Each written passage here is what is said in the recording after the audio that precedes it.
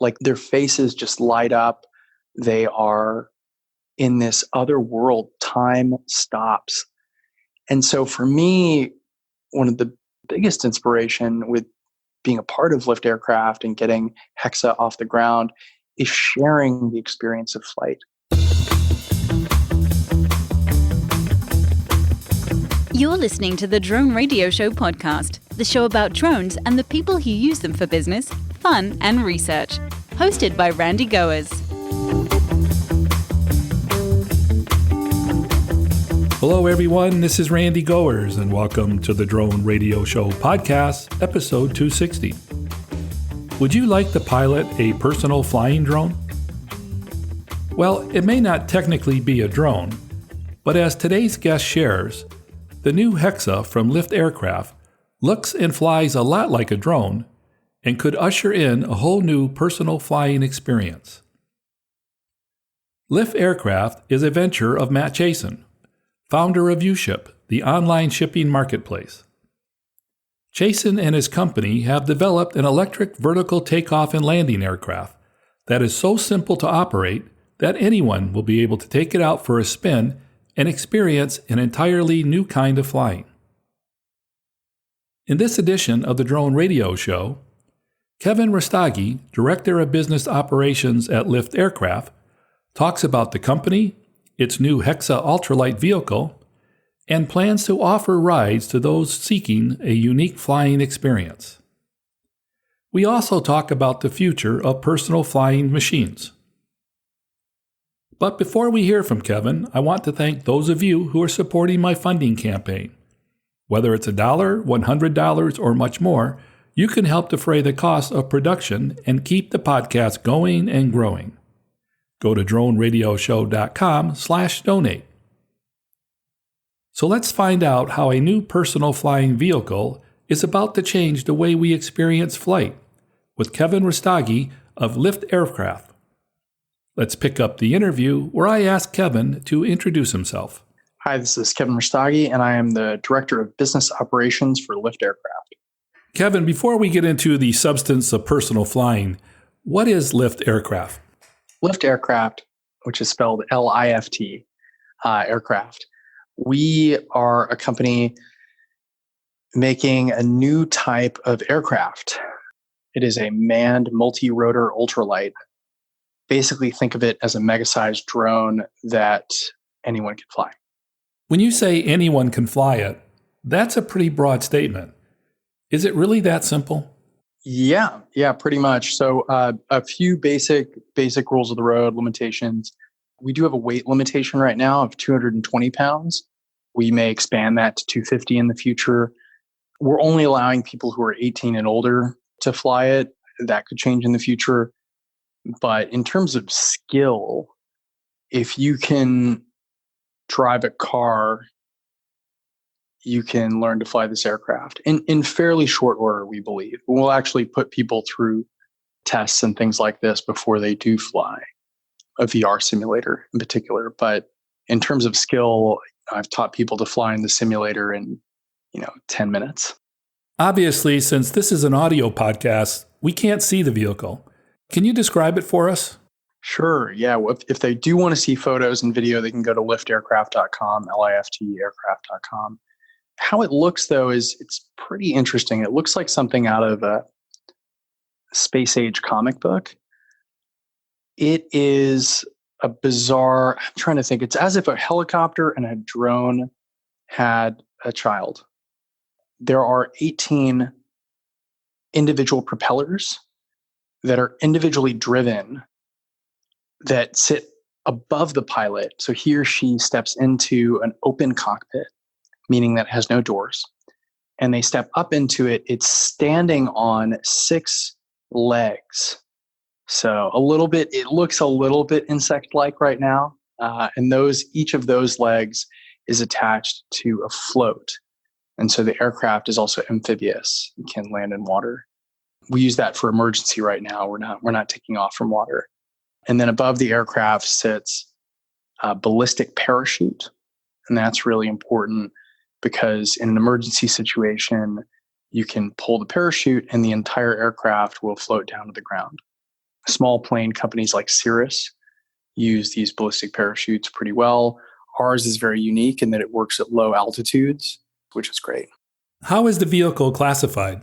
This is an ultralight aircraft. So we use the weight limitations and the guidance from the FAA, specifically Federal Aviation Regulation Part 103, as guidance for how we design the aircraft. Very prescriptive guidance. So the weight limit is 254 pounds plus allowance for safety gear. We have that through our floats and ballistic parachute. So by all definitions, this is an ultralight aircraft in the United States. By being classified an ultralight, does that provide any benefits or restrictions on where it can fly? It does. Well, specifically, I'm going to take a step back. Who can fly it or whom can fly it?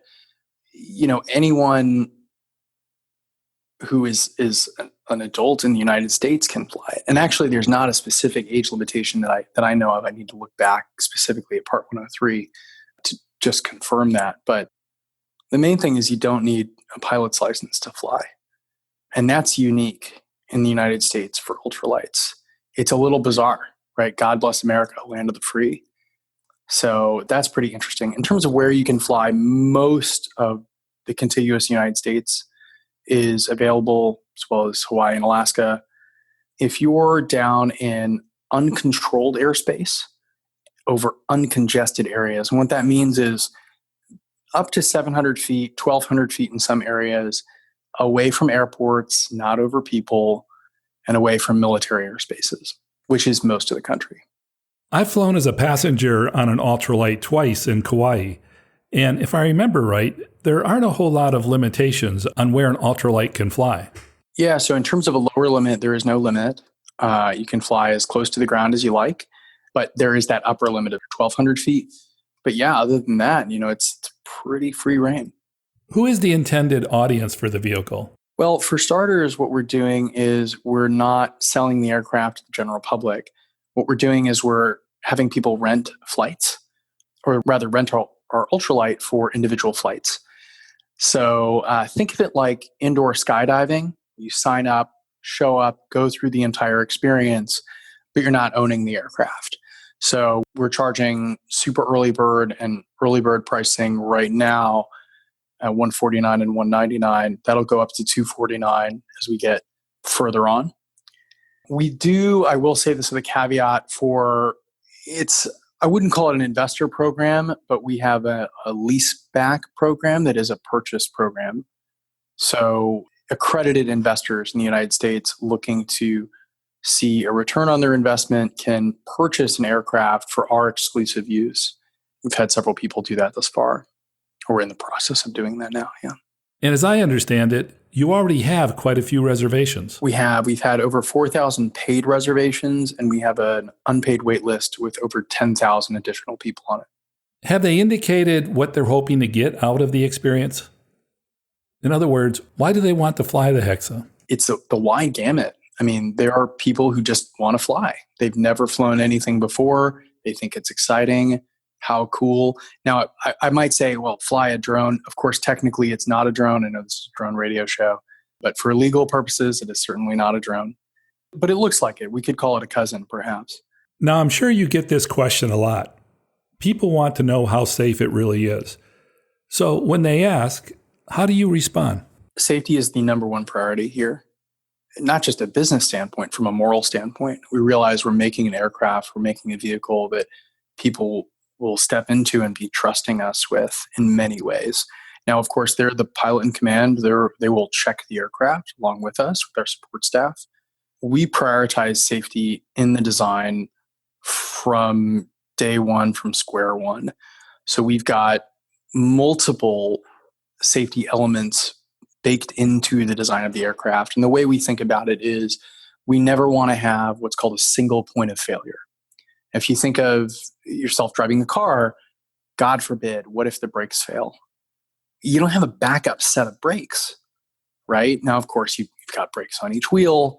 What we think about is, okay, what if one of your motors goes out? We think it's very unlikely, but what if some very suicidal bird approaches the aircraft? Well, we have 18 independently driven motors, and each of them have their own battery packs. So we can lose up to 6 of those motors.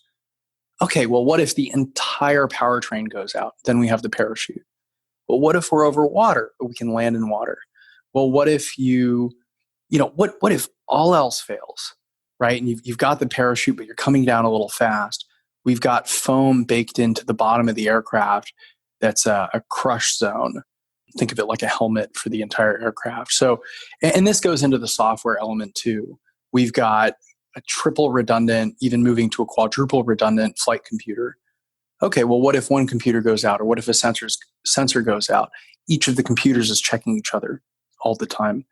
And so for us, we want to avoid incidents, and we also want to make it really fun to fly.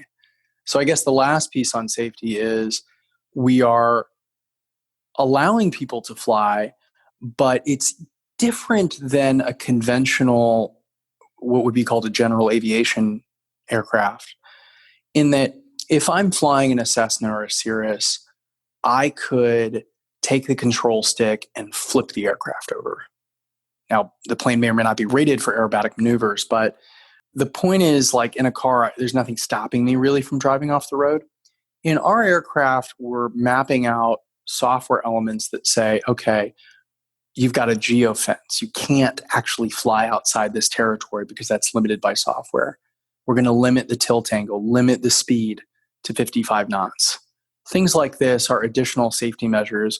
Of course, at the end of the day, the person who's flying it, he or she is the pilot in command and has override capability. Now, going back to my experience on Kauai in the Ultralight, one of the things I learned was that many of the pilots were former hang gliders because the Ultralight they were using had a big wing on it and it handled very similar to a hang glider. Now, the Hexa doesn't have a wing feature. So how does piloting the Hexa differ or compare with traditional ultralights or other types of vehicles? We're using something called fly-by-wire. And so those people who have flown drones before will see this. You're telling the aircraft with the joystick, I want to go forward. So you press the joystick forward and you go forward. What's actually happening is you're telling the computer, I want to go forward, and it's doing a whole ton of math multiple times per second really quickly to instruct each motor, okay, a little bit more thrust here, a little bit less over here. Okay, great. Then you'll go forward. And so the difference is that the computer is accounting for the wind. It's accounting for these environmental changes. And you're simply saying, I want to hold this position, or I would like to rotate about my center. We call that yaw. And so it's super different. Whereas again, in a fixed wing aircraft, I'm a licensed pilot. Several of us here at Lift Aircraft are as well, with different levels of ratings. In an airplane, just like in a ship, you're dealing with the wind. You're trying to understand where it's pushing you, and you're accounting and compensating for that manually. Here we're using the flight computer to help us do that. So similar to a drone, you could say, well, we're using GPS hold, we're using altitude hold, we're using these sorts of things.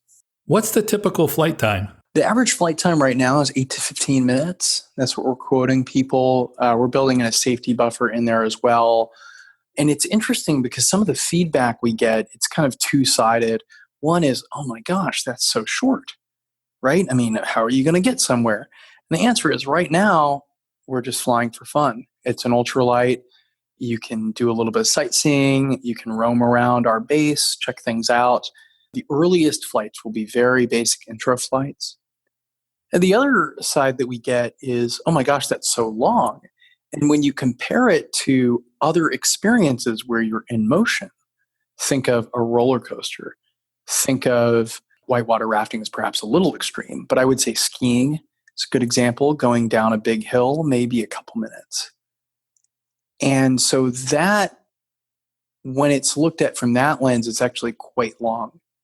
So we're considering breaking it up into multiple flights. So we'll see. We haven't published the final plan detail on that. Where did the idea for the Hexa come from? Can you share with us the story behind it? Yeah. So our founder, Matt Chasen, along with our chief engineer, Balazs Carollo, they had similar concepts. Our engineering team had been working on a flying motorcycle called the Flike, Flike. You can look this up on YouTube. one of the first, if not the first, flying electric multi-rotor motorcycles. They'd been working on it for some time. They ran into some challenges in terms of fundraising and things of this nature, investors wanting to do different things than manned flight, which they were excited about. Matt Chasen, who had started uShip, an Austin-based shipping platform, perhaps more notorious for being used on the TV show Shipping Wars, which had multiple seasons. And anyway, so Matt was considering his next steps after uShip and went back to his origins, having worked at NASA and Boeing, and had been thinking about the concept, went to Uber's Elevate conference and thought about, what is possible today? A lot of the air taxi stuff being put out is possible in the future, but in terms of weight and battery time and things of this nature will take some time, not to mention regulations. And so after doing this math, he came upon this team, and they decided to team up and start Lift Aircraft. What are some of the challenges in creating this type of product and launching a company like this? I think one of the big challenges that we're really being creative about is what we would call from a business standpoint cost of capital, right? Building aircraft is expensive. We're a pretty lean team, actually. And one of the things that we do is we're making a very lightweight, very, I'll say, quick to iterate on the design. So we learn as much as we can from modeling. We've made multiple manned prototypes, and we've done that fairly quickly and fairly inexpensively by being very mindful about how we do it. If we set out to make a 10-passenger jet, that's a lot more expensive. Making a one-person ultralight is a little bit more straightforward. Still very complex and complicated, and we're very humble about that. But saying, okay, let's do the simplest version. And the simplest version of an electric multi-rotor aircraft that's manned is a single-person aircraft. One of the other interesting challenges is that we are a distributed team.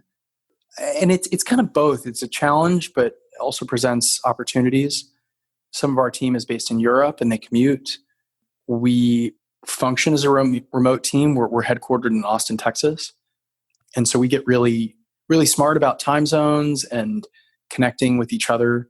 One company that I personally really enjoy that's a good model is, I'm going to forget them, WordPress. That's right. So WordPress is a bit of a model in that they are remote as a company by design. And so that's one of the interesting things to navigate as well. When do you hope to offer the first flights? Soon. As soon as we complete this first round of safety testing. I kind of think of it like learning to play the guitar. It's a really steep learning curve at the beginning. And then once you can play a bunch of chords reliably on time, well, playing a new song isn't as hard. And so it's one of these things where we don't want to get on stage. And it's less about a performance piece and more about focusing on the pilots and really making sure that they're safe as possible. This is still a risky endeavor. Essentially, as soon as we complete that first round of safety testing, we're in the middle of that right now. Can you talk about the safety training? What sort of scenarios or tests did you put the Hexa through? We put the craft through a lot.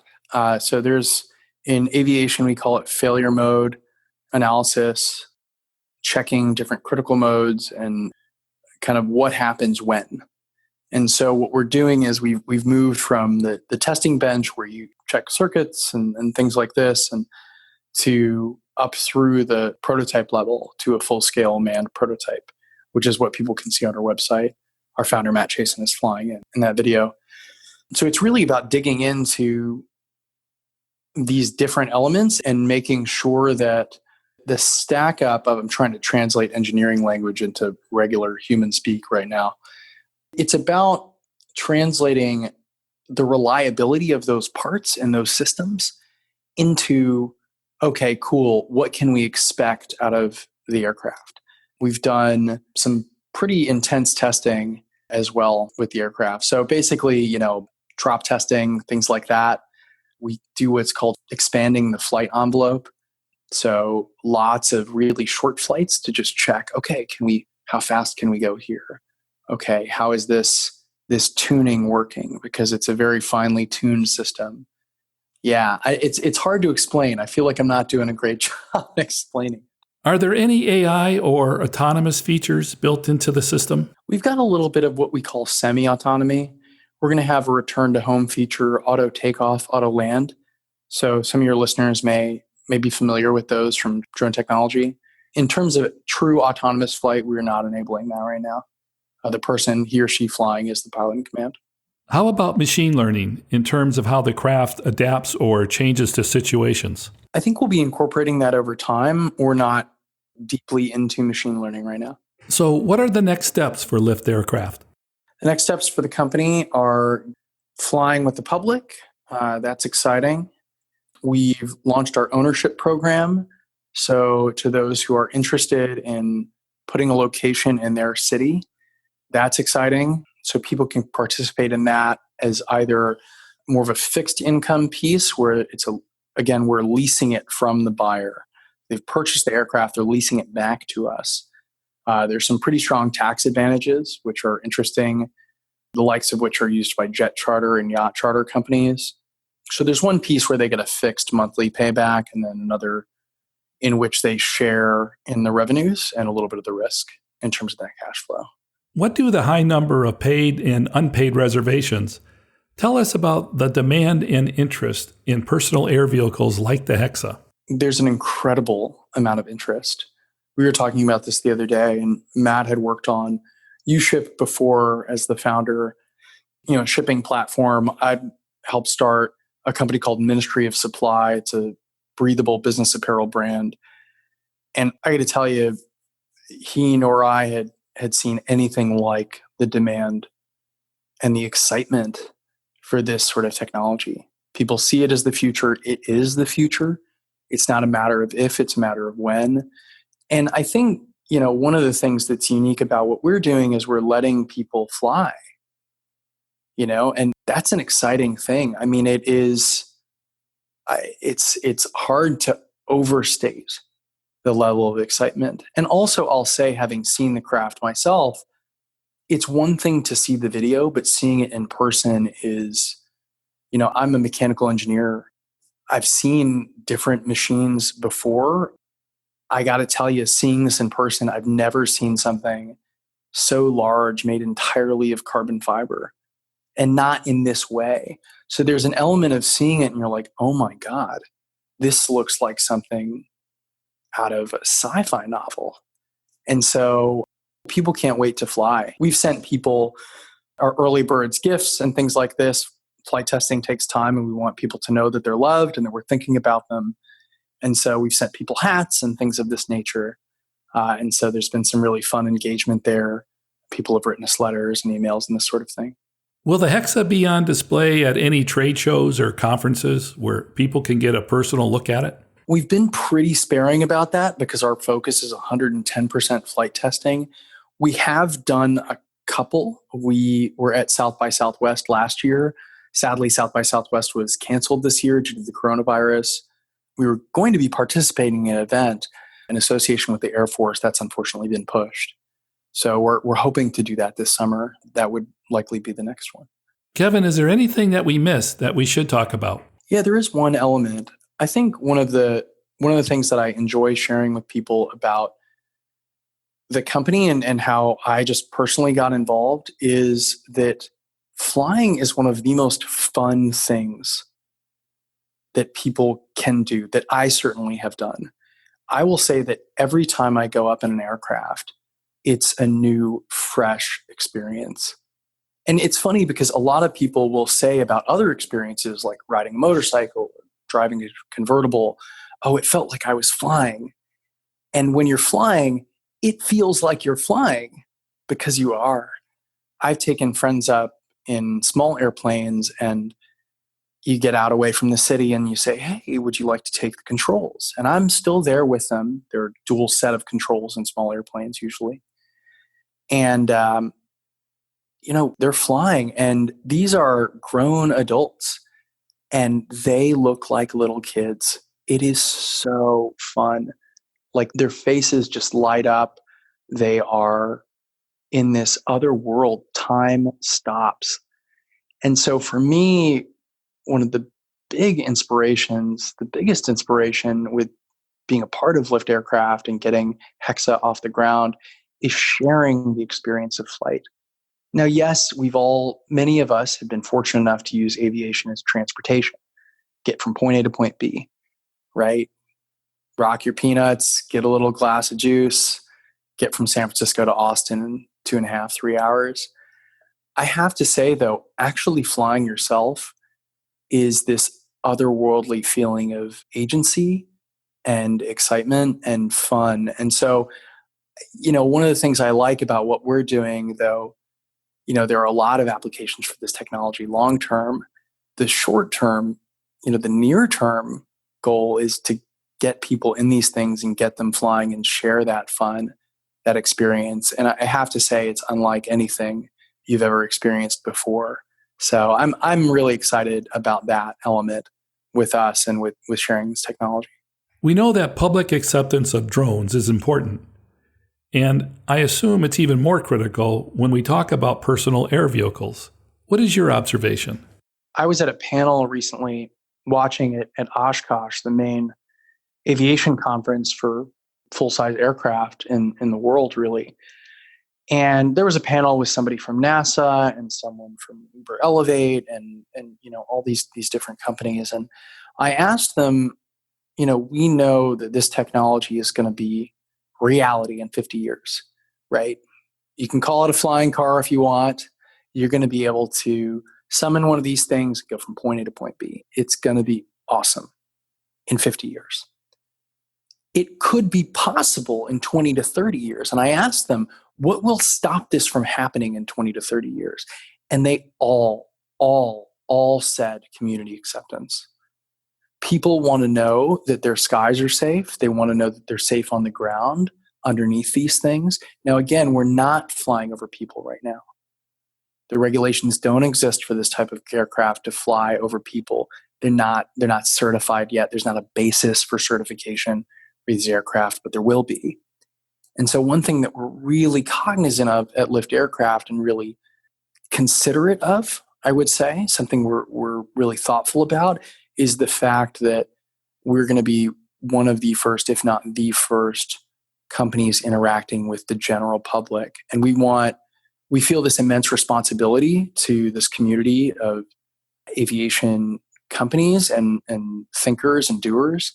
And so it's something that we really want to do responsibly and do well.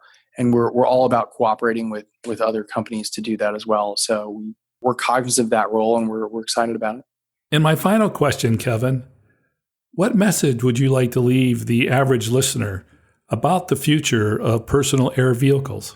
I would say to the general public, with any new technology, there is risk. And I would say, be supportive, because ultimately there is so much this technology can give. If you want to get medevaced, you've got to use a helicopter. The fatality rate for helicopters is immense. They're super risky. It's 3 per 100,000 hours. It's three times the fatality rate of a small plane.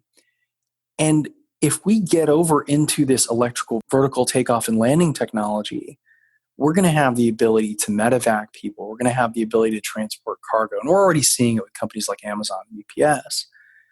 But the applications, in 40, 50 years, you're going to be living in a high rise, and it really could be like the Jetsons. You could have a skyport. You could go to the roof of your parking garage, hop on an aircraft, and skip traffic. And that's amazing. That's it for episode 260 of the Drone Radio Show. I hope you enjoyed hearing from Kevin Rustigi of Lift Aircraft. I want to thank Kevin for taking the time to speak with me. If you want to learn more about Lift Aircraft or want to connect with Kevin, check out the website at liftaircraft.com. If you like the Drone Radio Show, please consider supporting the podcast with a small donation. The content is always free, but for as little as $1, you can help defray the cost of production. To donate, go to droneradioshow.com/donate. And thanks for listening. Your support means a lot to me, and I hope you'll listen to more episodes of the Drone Radio Show podcast to hear how others are using drones for business, fun, and research. For the Drone Radio Show, I'm Randy Gores. This has been the Drone Radio Show podcast. More information on today's show can be found on our website at www.droneradioshow.com. If you're using drone technology for business, fun, or research and would like to share your experience on the show, please visit our website and fill out a guest appearance application. And don't forget to follow us on your favorite social media channels.